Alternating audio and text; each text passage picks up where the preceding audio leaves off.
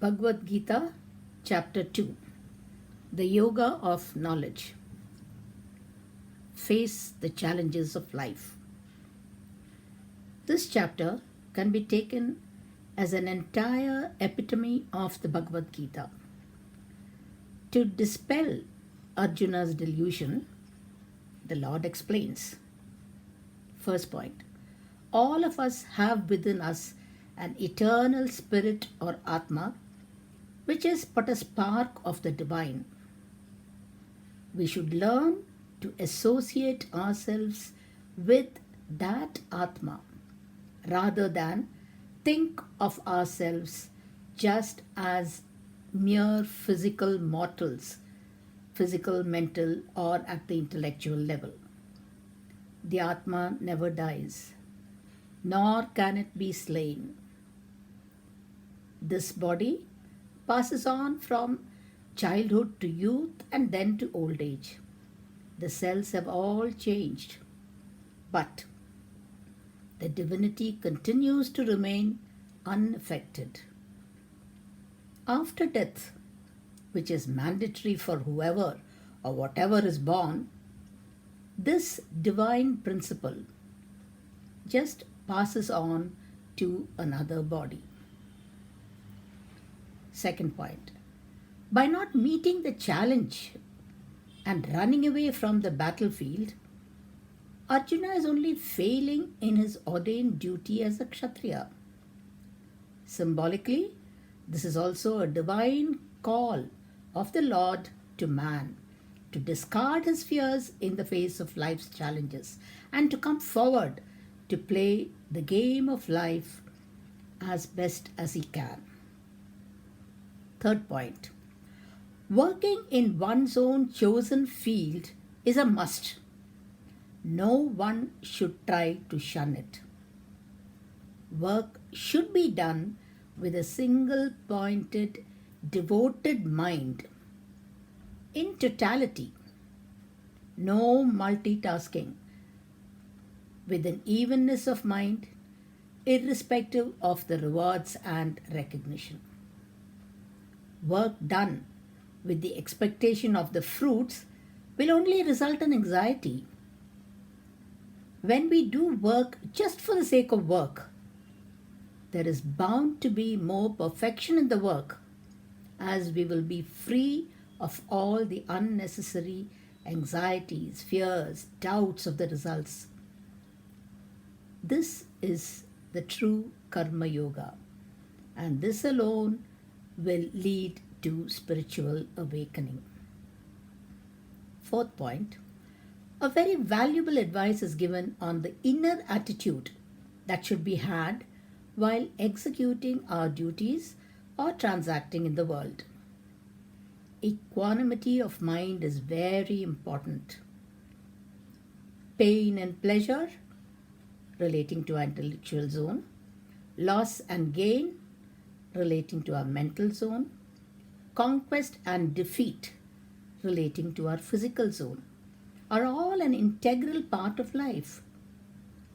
Learn to treat them both equally, trying not to be affected too much by them. Initially, it may be tough, but at least we can begin by not becoming overjoyful or sinking too low with dejection when pleasure or pain comes. The fifth point, the qualities of a Sthita Prajna, a man of steady wisdom, are enumerated.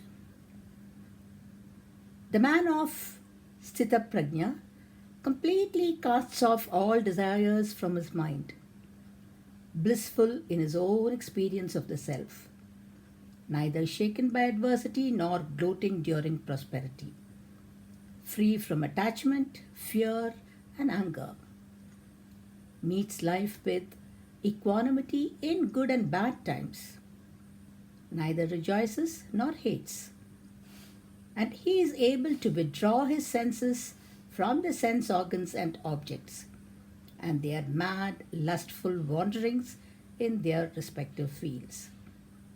His focus is only on the highest. Sixth point. The control of the senses might seem very difficult, but in reality, we have been doing this throughout our lives.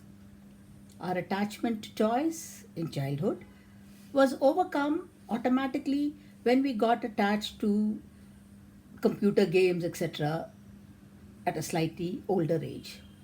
Similarly, this attachment left when we became a little bigger and got attached to someone, some friends, etc. The secret is when we get attached to a higher, the lower always falls off. This is a law. Hence, when we get attached to the highest, all other lower tendencies will automatically drop down. And this is the key. The seventh and a very important point, be very aware of your thoughts. This is the seed which can make or mar us. It has a powerful cascading effect. Encouraging a single thought can create an attachment initially and then a burning desire for possessing and enjoying it, and then on to anger when not fulfilled or greed when fulfilled. Then delusion, and finally to even loss of discrimination. Hence, constantly watch your mind and train it to live in self-control while moving among the sense objects with neither attachment nor aversion to them. Of course, one can thoroughly enjoy the rightful sense objects in the world in moderation. But let the enjoyment be as long as the physical contact is there. It is the hankering after or craving or the hangover effect which brings harm. When you thus slowly practice self-control, you get a great peace of mind, which in turn leads to happiness. And what is happiness? Happiness is the number of desires fulfilled divided by the number of desires harbored.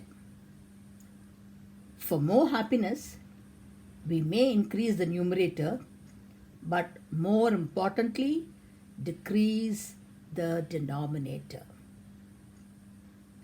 With these words, chapter 2 of the Bhagavad Gita, entitled Sankhya Yoga or the Yoga of Knowledge, is completed. Hari Om Tat Sat.